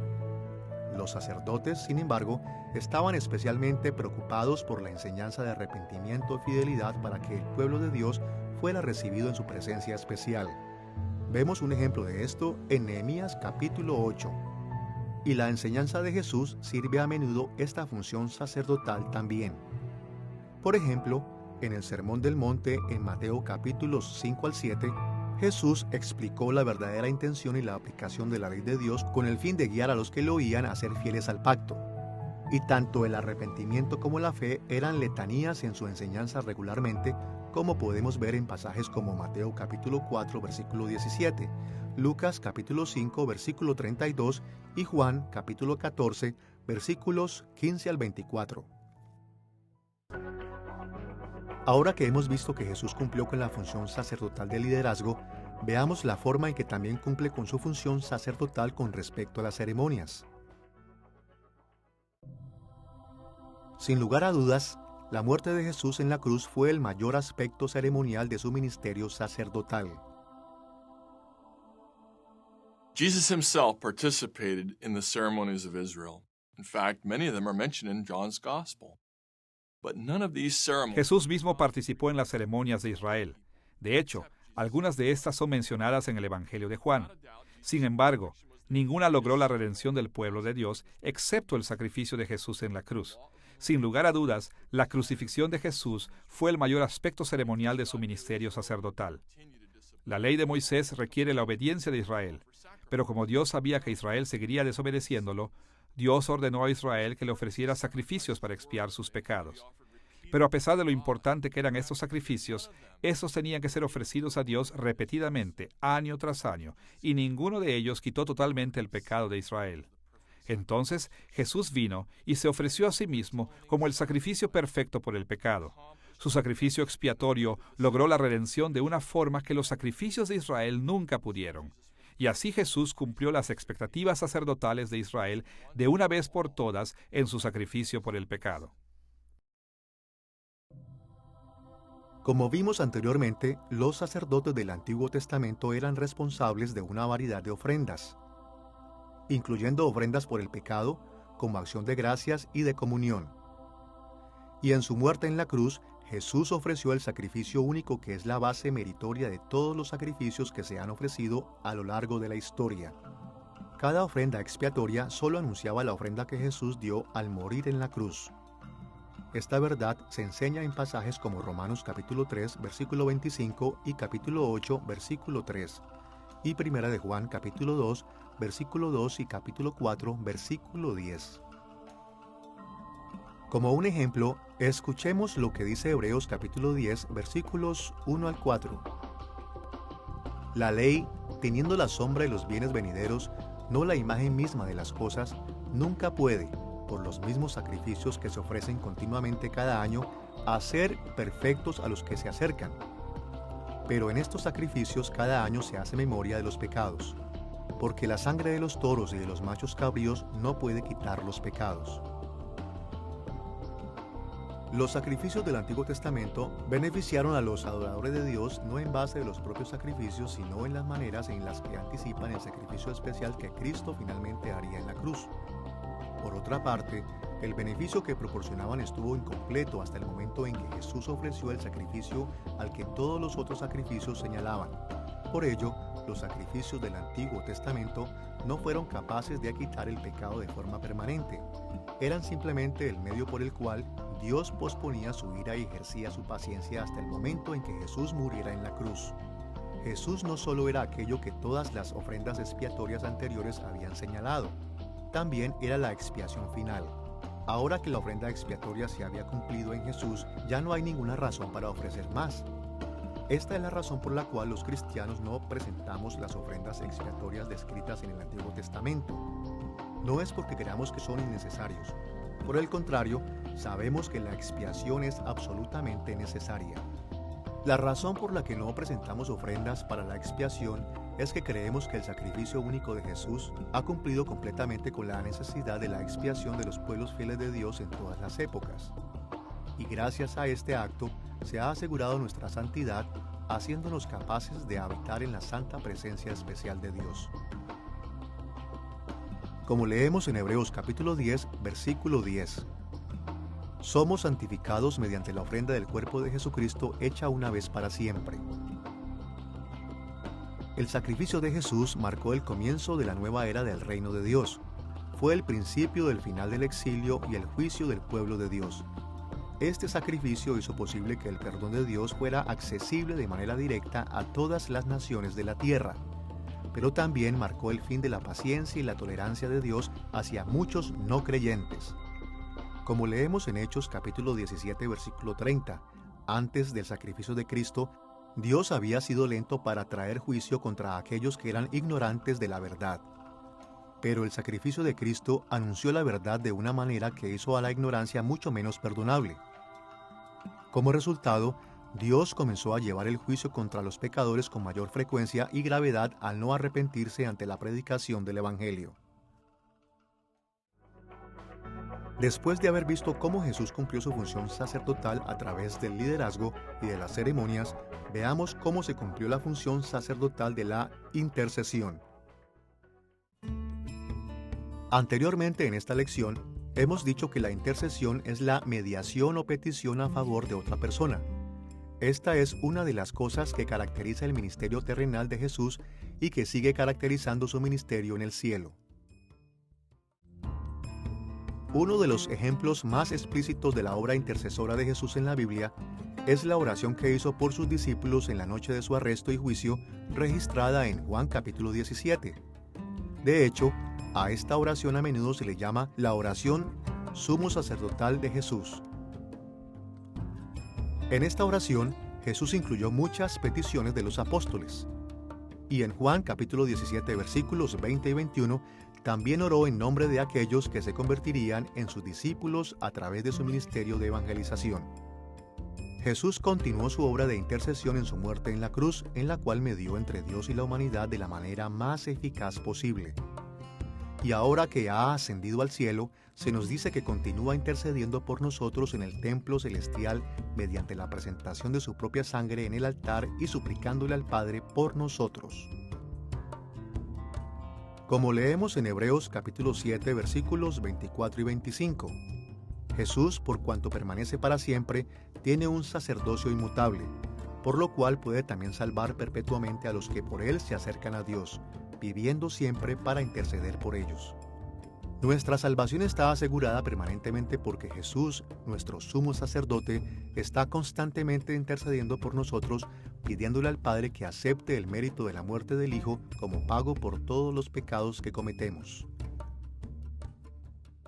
Jesus perfectly fulfilled the function of the Old Testament priesthood.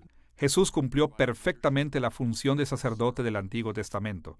Proveyó liderazgo, realizó ceremonias, incluyendo la ceremonia más importante de todos los tiempos, su sacrificio en la cruz, y ofreció interceder por su pueblo. De hecho, Él sigue llevando a cabo estas funciones básicas hoy en día, a través de su iglesia y a través de su obra sumo sacerdotal en las cortes celestiales. Así que, como sus seguidores, es nuestra responsabilidad reconocer y confiar en Jesús como nuestro único acceso al Padre y someternos a su ministerio mientras Él nos prepara para entrar en la santa presencia especial de Dios. Tomando en cuenta los requisitos y las funciones de Jesús como sacerdote, veamos cómo cumplió con las expectativas del oficio sacerdotal del Antiguo Testamento.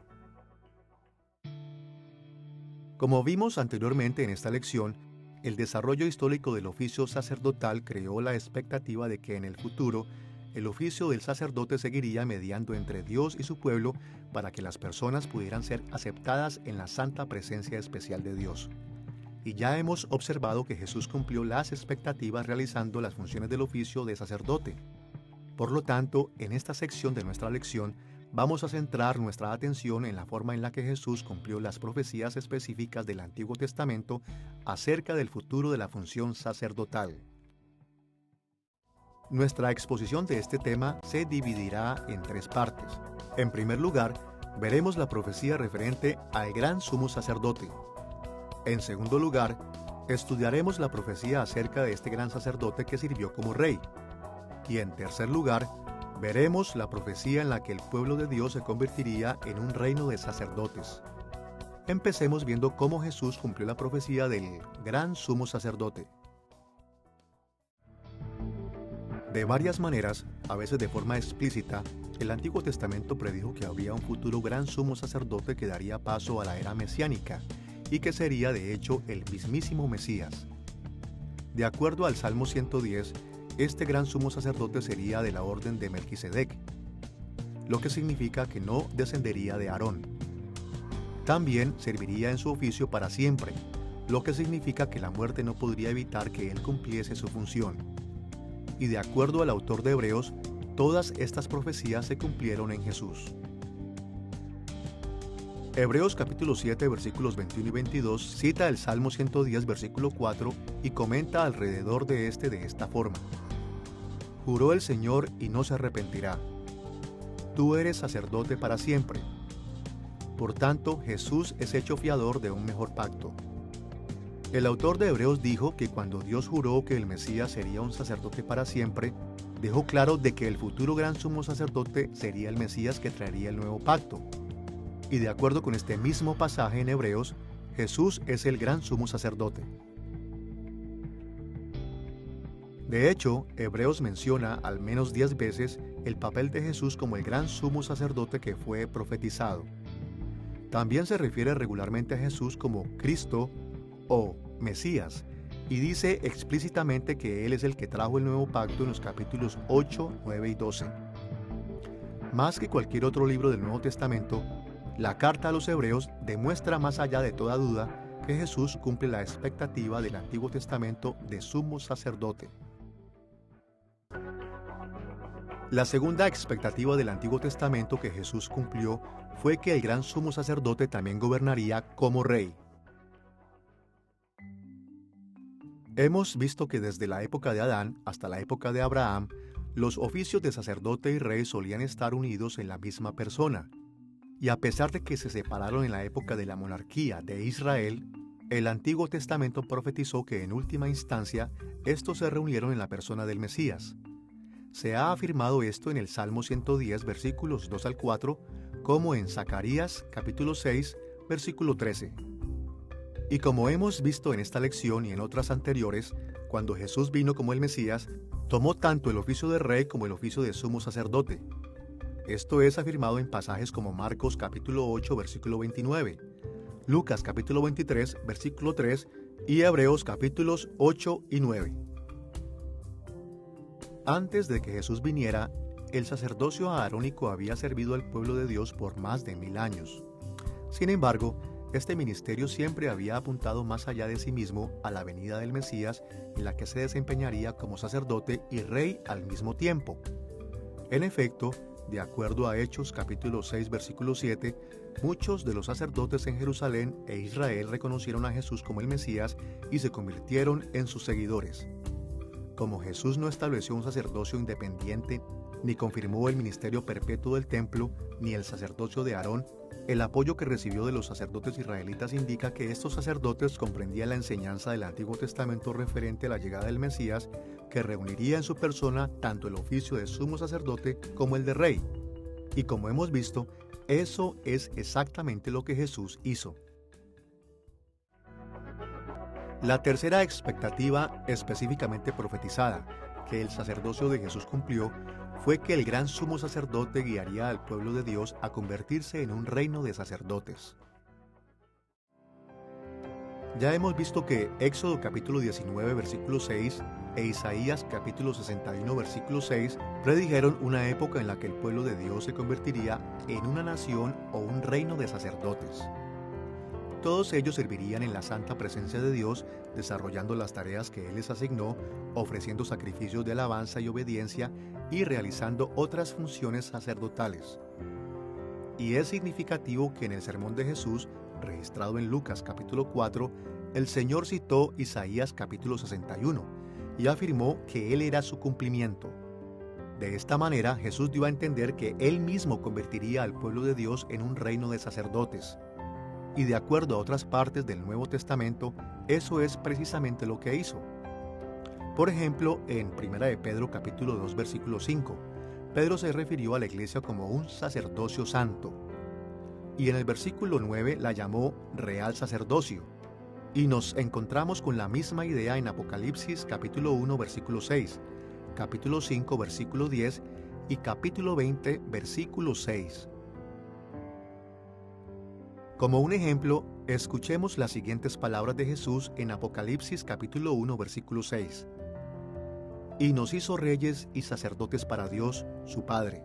Como el Mesías, Jesús es el sumo sacerdote que gobierna como rey y designa a todos sus seguidores para servir en su reino como sacerdotes.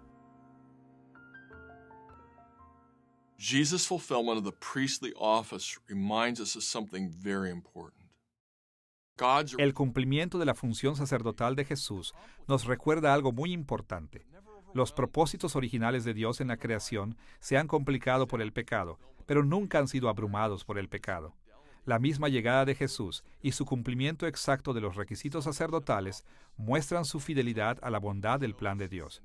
Su consolidación del oficio y su significado último demuestran su carácter central en el avance del plan de Dios. Y como gran sumo sacerdote que gobierna como rey, Jesús cumple los aspectos originales y esperados del ministerio sacerdotal. Así que, como su pueblo, tenemos gran razón para honrar, adorar y confiar en Jesús, sirviéndole con lealtad como sacerdotes de su reino. Hasta este punto hemos explorado el trasfondo del Antiguo Testamento del oficio de sacerdote y su cumplimiento en Jesús. Ahora, estamos listos para considerar la aplicación moderna del sacerdocio de Jesús. ¿Qué implicaciones tiene el papel de Jesús como nuestro gran sumo sacerdote para nuestras vidas hoy en día?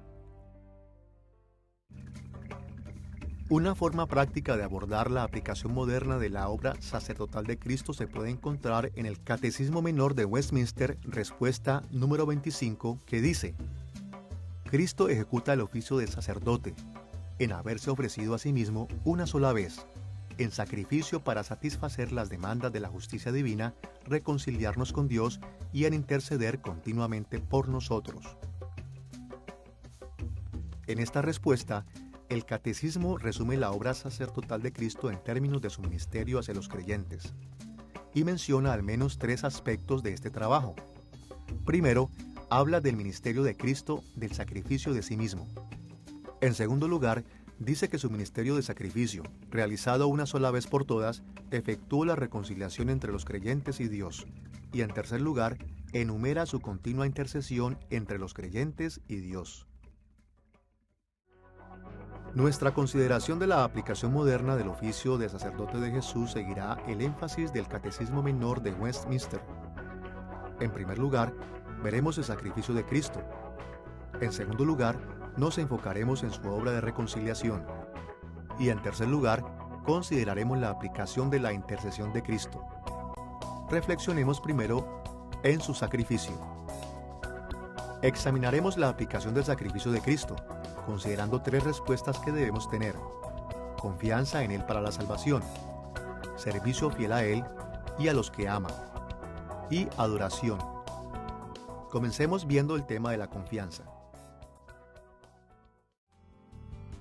Las Escrituras enseñan que el sacrificio de Jesús en la cruz es la única base efectiva para el regalo de la salvación de Dios. Cristo murió en la cruz para salvar a los pecadores. Él propició que Dios satisfaciera la justicia y la ira de Dios con el fin de expiar o quitarnos la culpa de todos los que tenemos fe en Él. Y esa fe es fundamental. Para poder recibir el perdón de los pecados que Cristo ofrece, tenemos que confiar en Él y solamente en Él.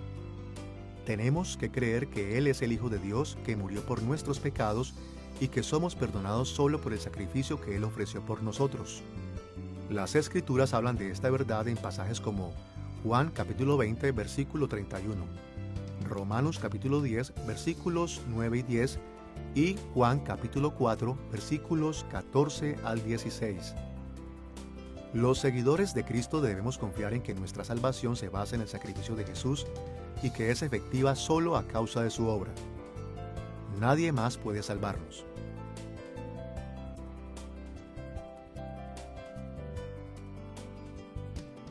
Como Pedro predicó en Hechos capítulo 4, versículo 12, y en ningún otro hay salvación, porque no hay otro nombre bajo el cielo, dado a los hombres, en que podamos ser salvos.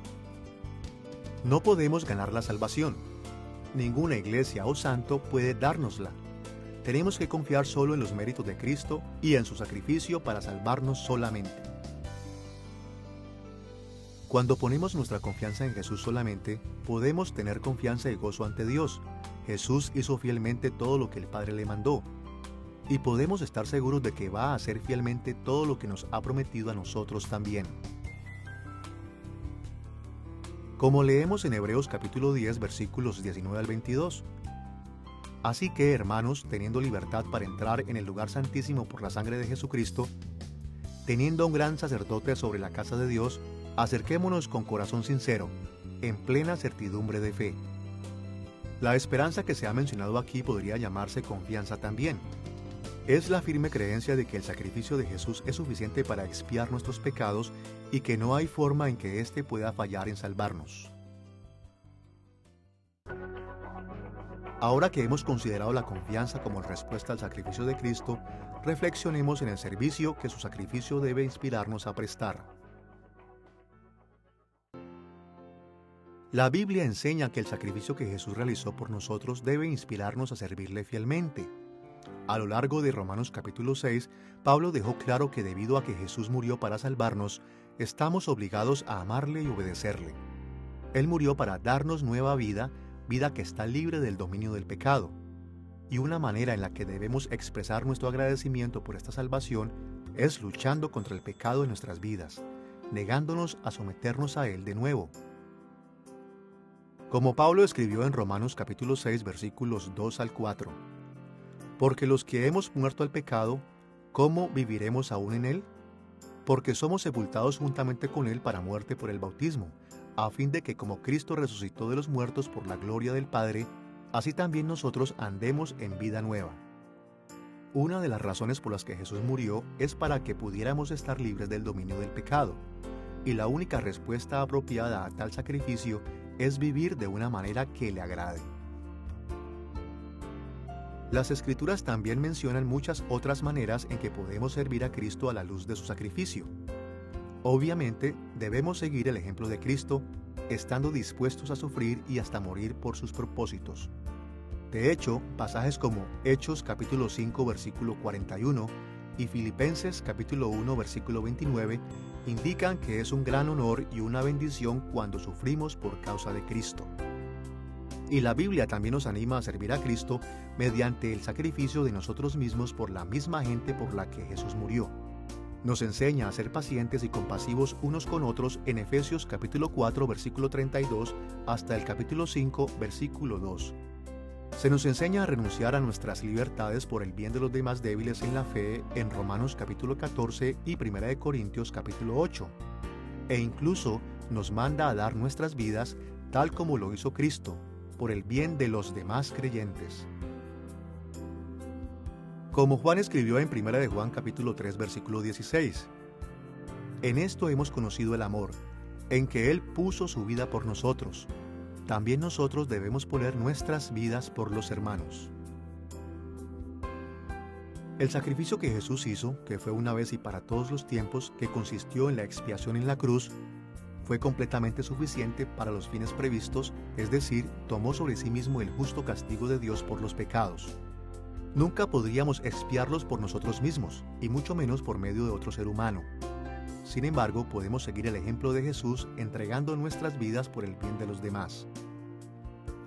Y si es que debiéramos estar dispuestos a morir por ellos, entonces también debemos estar dispuestos a hacer sacrificios menores para ellos, empezando con nuestro tiempo, nuestro dinero, nuestra comodidad y nuestras posesiones con el fin de servirles. It's easy to talk about how important it is to love others and to sacrifice for them. Es fácil hablar de lo importante que es amar a los demás y sacrificarse por ellos. Pero a veces es difícil seguir adelante con estas ideas. Para amar bien a la gente, tenemos que sacrificar cosas que a menudo son muy queridas por nosotros: nuestro tiempo, nuestra economía y nuestra comodidad. Estos son solo algunos de los sacrificios necesarios para amar a los demás. Es muy difícil para nosotros valorar el reino de Dios y su justicia más que nuestras propias comodidades. Pero cuando no lo hacemos, no entendemos una verdad importante. Ganamos más ofreciendo estos sacrificios que los sacrificios mismos. Ganamos la oportunidad de adorar a Dios y ver su reino extenderse en el mundo en la forma en que damos de nuestras vidas por el bien de los demás. Ahora que hemos considerado la confianza y el servicio como dos aplicaciones modernas del sacrificio de Cristo, centremos nuestra atención en la adoración. Como cristianos, nos encontramos a menudo motivados a adorar a Jesús cuando pensamos en lo que hizo por nosotros en la cruz. Su sacrificio desinteresado inspira a nuestro corazón a alabarle por el gran amor que nos mostró, y nos mueve a darle gracias una y otra vez por las increíbles bendiciones de la salvación que Él pagó por nosotros. Y el sacrificio de Jesús también debe motivarnos a adorar al Padre y al Espíritu. Después de todo, de acuerdo a pasajes como Juan capítulo 14, versículo 31, el sacrificio de Jesús fue el plan del Padre. Y Hebreos capítulo 9, versículo 14, nos enseña que Jesús ofreció su sacrificio a través del poder del Espíritu Santo. Por lo tanto, el Padre y el Espíritu merecen la misma alabanza y adoración que le damos a Jesús. Y además de motivarnos a la adoración, el sacrificio de Jesús también nos sirve como modelo para la adoración. Escuchemos lo que Pablo escribió en Romanos capítulo 12, versículo 1. Así que, hermanos, os ruego por las misericordias de Dios que presentéis vuestros cuerpos en sacrificio vivo, santo, agradable a Dios, que es vuestro culto racional. Este pasaje plantea naturalmente dos preguntas. En primer lugar, ¿cómo es que la muerte de Jesús en la cruz es un acto de adoración? Y en segundo lugar, ¿cómo podemos modelar nuestra propia adoración? En respuesta a la primera pregunta, la muerte de Jesús en la cruz fue un acto de adoración porque cumplió con los tipos del Antiguo Testamento y presagió lo establecido por los sacrificios en el Antiguo Testamento. En la adoración de Dios se centró en el sacrificio. En Hebreos capítulo 9 se nos enseña que el sacrificio de Jesús fue la sustancia a la que todos los sacrificios del Antiguo Testamento apuntaban. También dice que Jesús no fue sacrificado pasivamente por nosotros. Más bien, Él se sacrificó activamente a sí mismo. Él era el sumo sacerdote que siguió las normas de adoración del antiguo pacto y se presentó a Dios como un acto de adoración sacrificial. Y por esta razón, nuestros actos de sacrificio constituyen también una adoración. Pero, ¿cómo podemos seguir el modelo de Jesús en nuestro sacrificio? ¿Qué clase de actos sacrificiales debemos ofrecer? Pues bien, las Escrituras indican muchas cosas que podemos hacer y que cuenta Dios como sacrificio. Como ya hemos visto, Romanos capítulo 12, versículo 1, dice que una manera de imitar el sacrificio de Cristo es ofrecer nuestros cuerpos a Dios. Pero el versículo 2 continúa explicando el significado de esto. No debemos conformarnos con el comportamiento del mundo, sino que debemos dejar que nuestras mentes renovadas en Cristo nos lleven a nuevos patrones de comportamiento. Debemos abstenernos de usos pecaminosos de nuestro cuerpo y comportarnos de nuevas maneras que honren a Dios. Efesios capítulo 5 versículos 1 y 2 enseña que una segunda manera de imitar el sacrificio de Cristo es viviendo una vida de amor. La muerte de Jesús en la cruz es el máximo acto de amor. Por lo tanto, cuando somos bondadosos y compasivos unos con otros, estamos siguiendo el modelo del sacrificio del amor de Cristo en nuestras propias vidas.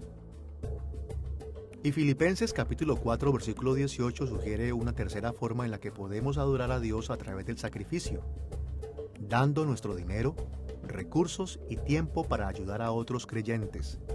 Pablo dijo que los regalos de los filipenses a él eran ofrendas y sacrificios a Dios porque eran costosos para los filipenses y porque beneficiaban a quienes Dios ama. Ahora, claro está, estas sugerencias no agotan las posibilidades de cómo adorar a Dios a través del sacrificio, pero son un buen punto de partida para nosotros al intentar seguir los pasos de Jesús al adorar a Dios a través del sacrificio amoroso. Ahora que hemos visto algunas maneras en las que podemos extraer aplicaciones prácticas del sacrificio de Jesús, estamos listos para ver cómo su reconciliación sacerdotal debería impactar nuestras vidas. Veremos la aplicación moderna de la reconciliación sacerdotal de Jesús de tres maneras. En primer lugar, veremos que ésta nos pone en paz con Dios. En segundo lugar, veremos la unidad que fomenta. Y en tercer lugar, consideraremos la misión que nos asigna. Veamos primero nuestra paz con Dios. Cuando Jesús nos reconcilia con Dios, Él hace la paz entre nosotros y Dios. Antes de esta reconciliación, nuestra rebelión contra Dios nos había hecho sus enemigos, como leemos en pasajes como Romanos capítulo 5, versículo 10 y Efesios capítulo 2, versículo 2. En ese momento nos merecíamos la justicia y la ira de Dios. Pero para reconciliarnos con Dios, Jesús puso fin a esta enemistad. Satisfizo la ira de Dios e hizo la paz entre nosotros. Ahora, en lugar de ser enemigos de Dios, somos hijos que Él ama y ciudadanos fieles en su reino. Y esto significa que no tenemos que temer a Dios de la manera en que tememos a los enemigos. Nunca debemos pensar que nos quiere destruir. Nuestras vidas están escondidas en Cristo, para que la misma paz que existe entre Dios Padre y Dios Hijo también exista entre nosotros y Dios. Y este tipo de paz debe mover nuestros corazones a alabar, nuestras manos a actuar y nuestras mentes a conocer y entender más y más acerca de nuestro gran Dios. Escuchemos la manera en que Pablo habló de esto en Colosenses capítulo 1 versículos 19 al 22. Por cuanto agradó al Padre que en él habitase toda plenitud y por medio de él reconciliar consigo todas las cosas, haciendo la paz mediante la sangre de su cruz. Erais en otro tiempo extraños y enemigos en vuestra mente, haciendo malas obras. Ahora os ha reconciliado en su cuerpo de carne, por medio de la muerte, para presentaros santos y sin mancha e irreprensibles delante de él. La paz que tenemos con Dios debe mover nuestros corazones a alabar a Dios, proclamando y dándole gracias por su gran bondad para con nosotros. Esto nos debe inspirar a hablar palabras de Dios y acerca de Dios y de su carácter en la oración. Esto nos debe motivar a meditar sobre las grandes obras que ha hecho en nuestras vidas, a encontrar nuevas formas para amarle y obedecerle. Y nos debe dar el deseo de animar a aquellos que nos rodean, recordándoles de la paz que los creyentes ya tenemos con Dios y que los no creyentes también pueden tener si se reconcilian con Él. Nuestra paz con Dios también debe mover nuestras manos para actuar. Hay que hacer la paz con los demás seres humanos. Debemos demostrar las bendiciones del reino de paz de Dios en forma de justicia moral y social y de atención a los más necesitados. Y debemos consolar y aconsejar a aquellos que están descorazonados por la falta de paz y bendición en sus vidas. Y la paz que tenemos con Dios debería motivarnos a conocer y a entender más acerca de nuestro gran Dios y Salvador. Su palabra nos dice que debemos conformar nuestras mentes al modo de pensar de Dios, siguiendo el modelo de sus pensamientos, y descansar tranquilamente sabiendo que Él es suficiente, sin preocuparnos de que Dios nos abandone en el mundo, sino seguir confiados en el conocimiento de que Él nos ama y nos cuida. Una segunda forma en la que el ministerio de reconciliación sacerdotal de Jesús se aplica a nuestras vidas está en las manifestaciones de unidad en el pueblo de Dios. Un tema que aparece con frecuencia en el Nuevo Testamento es que aquellos que aman a Dios también amarán al pueblo que Dios ama. Como leemos en 1 de Juan capítulo 4, versículo 21, el que ama a Dios, ame también a su hermano. Cuando Dios se reconcilia con una persona, debemos reconciliarnos con esa persona también. Por eso el apóstol Pablo le insistió a sus lectores a reconocer el gran don de la reconciliación que ellos habían recibido de Dios y a expresarlo en unidad con otros creyentes. En la iglesia primitiva, a menudo se aplicaba esta idea cuando las relaciones estaban tensas entre los judíos y los gentiles en la iglesia. Escuchemos lo que dijo en Efesios capítulo 2, versículos 13 al 16. Pero ahora en Cristo Jesús, vosotros que en otro tiempo estabais lejos, habéis sido hechos cercanos por la sangre de Cristo, para crear en sí mismo de los dos un solo y nuevo nombre, haciendo la paz, y mediante la cruz reconciliar con Dios a ambos en un solo cuerpo, matando en ella las enemistades. Encontramos un énfasis similar en la unidad en pasajes como Juan capítulo 17, versículo 23, Romanos capítulo 15, versículo 5 y Efesios capítulo 4, versículos del 3 al 13. Además de la paz y la unidad, una tercera aplicación que podemos sacar del ministerio sacerdotal de reconciliación de Cristo es la misión que se nos ha asignado para realizar nuestro propio ministerio de reconciliación en el mundo. El ministerio de reconciliación sacerdotal de Jesús aún no se ha completado. Su sacrificio compró y garantizó la reconciliación, pero la reconciliación aún no se ha aplicado a todo el mundo. Por lo tanto, en esta etapa de la historia, Jesús designó a la Iglesia para continuar su ministerio de reconciliación. Somos sus embajadores de reconciliación, y es nuestro deber anunciar el Evangelio que reconcilia a los pecadores con Dios. Escuchemos cómo Pablo describe nuestra misión en 2 Corintios capítulo 5, versículos 18 al 20. Y todo esto proviene de Dios, quien nos reconcilió consigo mismo por Cristo y nos dio el ministerio de la reconciliación. Que Dios estaba en Cristo reconciliando consigo al mundo, no tomándoles en cuenta a los hombres sus pecados, y nos encargó a nosotros la palabra de la reconciliación.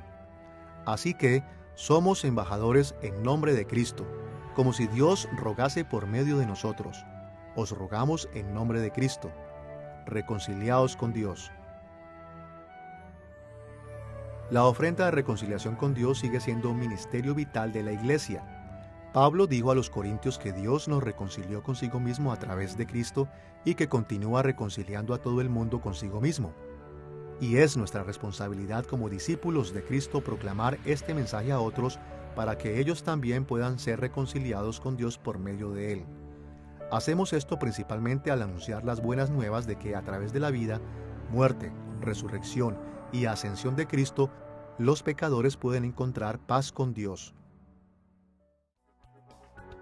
Ahora que hemos visto el ministerio sacerdotal de Jesús en términos de sacrificio y reconciliación, hay que reflexionar en la aplicación moderna de la intercesión sacerdotal de Jesús. Examinaremos la aplicación moderna de la intercesión sacerdotal de Jesús en 2 puntos. En primer lugar, veremos que nos permite recurrir nosotros mismos a Dios. Y en segundo lugar, veremos que la intercesión de Cristo nos obliga a abogar por otras personas. Veamos primero la forma en que nos permite recurrir a Dios en nuestra propia necesidad. Como hemos visto, Jesús intercede por nosotros recordándole a Dios Padre de su sacrificio por nosotros y pidiéndole al Padre que nos perdone y nos bendiga a partir de este sacrificio. Y como el Padre ama al Hijo y valora su sacrificio, responde positivamente a la intercesión del Hijo por nosotros. Él escucha y responde a las peticiones sacerdotales de Cristo, por lo que el perdón, la santificación, la vida y todas las demás bendiciones de la salvación pueden ser aplicadas a nosotros de manera continua. Y una consecuencia de esto es que podemos acercarnos al Padre todos los días con nuestras necesidades, sabiendo que Él escucha nuestras oraciones porque nuestro gran sumo sacerdote está orando por nosotros. Esto lo vemos en Efesios capítulo 3, versículo 12, Hebreos capítulo 10, versículo 19 y muchos otros pasajes. Como un ejemplo, escuchemos Hebreos capítulo 4, versículos 14 al 16. Por tanto, teniendo un gran sumo sacerdote que traspasó los cielos, Jesús, el Hijo de Dios, retengamos nuestra profesión, porque no tenemos un sumo sacerdote que no pueda compadecerse de nuestras debilidades, sino uno que fue tentado en todo según nuestra semejanza, pero sin pecado. Acerquémonos pues confiadamente al trono de la gracia para alcanzar misericordia y hallar gracia para el oportuno socorro. Como el autor de Hebreos señaló, Jesús traspasó los cielos, es decir, que ha entrado en el santuario celestial con su propia sangre con el fin de interceder por nosotros, y que gracias a su intercesión podamos tener la confianza de que Dios nos favorece y está dispuesto a darnos su misericordia y gracia cuando le oramos. Podemos apelar al Creador de todas las cosas para todas nuestras necesidades, ya sea que estas necesidades sean tan profundas como el perdón y la salvación, o tan frecuentes como las oraciones de cada día pidiendo ropa y vivienda. No hay necesidad tan pequeña que no entre en el ámbito de la intercesión de Cristo por nosotros, y no hay necesidad tan grande que el valor de su sacrificio no cubra. Y por esta razón debemos ser alentados a ser audaces y confiados en nuestras oraciones, apelando a nuestro amoroso Padre Celestial para todas nuestras necesidades y deseos justos. Con este entendimiento de cómo la intercesión de Cristo nos da el derecho y la confianza de recurrir a Dios por nosotros mismos, veamos cómo se nos anima a abogar por otros. Una de las lecciones importantes de la intercesión celestial de Cristo es que debemos seguir su ejemplo abogando por los demás en oración. Nuestro amor y preocupación por los demás nos deben motivar para hablar con Dios a nombre de ellos, pidiéndole que les muestre su misericordia y amor en cualquier circunstancia a la que se enfrenten. Escuchemos lo que Pablo escribió en Efesios capítulo 6, versículo 18. Orando en todo tiempo con toda oración y súplica en el Espíritu, y velando en ello con toda perseverancia y súplica por todos los santos. Aquí Pablo instruyó a todos los creyentes a acercarse a Dios en nombre de los demás. Y por supuesto, cada vez que hacemos esto, nuestra defensa se basa en el sacrificio que hizo Cristo en su nombre, así como en la propia defensa por nosotros. Las oraciones de intercesión para abogar pueden aplicarse a cualquier aspecto de la vida. Por ejemplo, se nos anima a orar por el éxito de los ministerios cristianos en pasajes como Romanos capítulo 15, versículo 30, Efesios capítulo 6, versículo 20, Colosenses capítulo 4, versículo 4, Primera de Tesalonicenses capítulo 5, versículo 25 y Hebreos capítulo 13, versículo 19. Se nos enseña a orar por aquellos en peligro espiritual o en pecado, como podemos ver en 1 de Juan capítulo 5, versículo 16. Deberíamos orar para que otros reciban protección de la tentación, siguiendo la enseñanza de Jesús en Mateo capítulo 6, versículo 13, y su modelo de oración en Lucas capítulo 22, versículo 32. También debemos orar por salud, pidiéndole a Dios que sane tanto las heridas del cuerpo como las de la mente.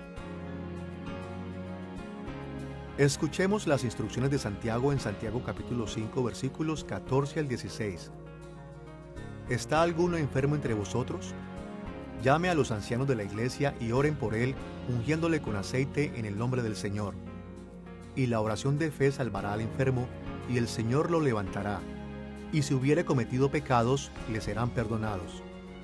Confesaos vuestras ofensas unos a otros, y orad unos por otros, para que seáis sanados. La oración eficaz del justo puede mucho. Santiago enseñó que cuando abogamos por los demás en el nombre del Señor, es decir, cuando intercedemos por ellos recordándole al Señor que pertenecen a Cristo, el Señor está dispuesto a recibir que aboguemos por ellos favorablemente y concedernos lo que pedimos.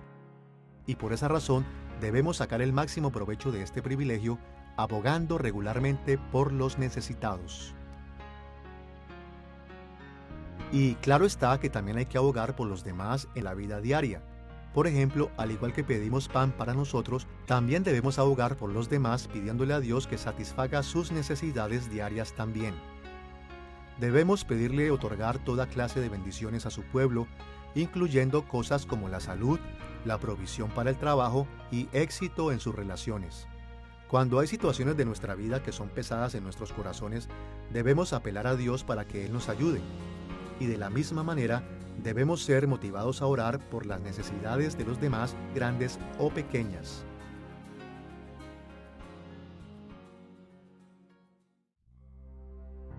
En esta lección de Jesús como sacerdote, hemos visto el trasfondo del Antiguo Testamento del oficio de Jesús al ver que Dios le ordenó a los sacerdotes preparar y dirigir al pueblo de Dios a su santa presencia especial para que recibieran su bendición. También hemos visto cómo Jesús cumplió este oficio en el Nuevo Testamento al ser nuestro gran sumo sacerdote. Y hemos considerado algunas de las maneras en que podemos aplicar los principios del ministerio sacerdotal de Jesús a nuestras vidas en el mundo moderno. Jesús es el cumplimiento final del oficio bíblico de sacerdote. Como nuestro gran sumo sacerdote, nos está preparando para vivir en la santa presencia de Dios y ser bendecidos por Dios de maneras sorprendentes. Y esas bendiciones no están reservadas exclusivamente para el futuro. A través del sacrificio de Jesús y de su intercesión, el Padre está dispuesto a darnos un anticipo de la vida eterna en este momento en el mundo actual. Por esa razón, como seguidores de Cristo, debemos regocijarnos en el ministerio sacerdotal de Jesús y esperar el día en el que seremos recibidos por el mismísimo Jesús en la presencia especial de Dios en el nuevo cielo y la nueva tierra. También debemos contar con y aprovechar el actual ministerio de Cristo como nuestro gran sumo sacerdote, que incluso en este momento está intercediendo por nosotros en las cortes celestiales.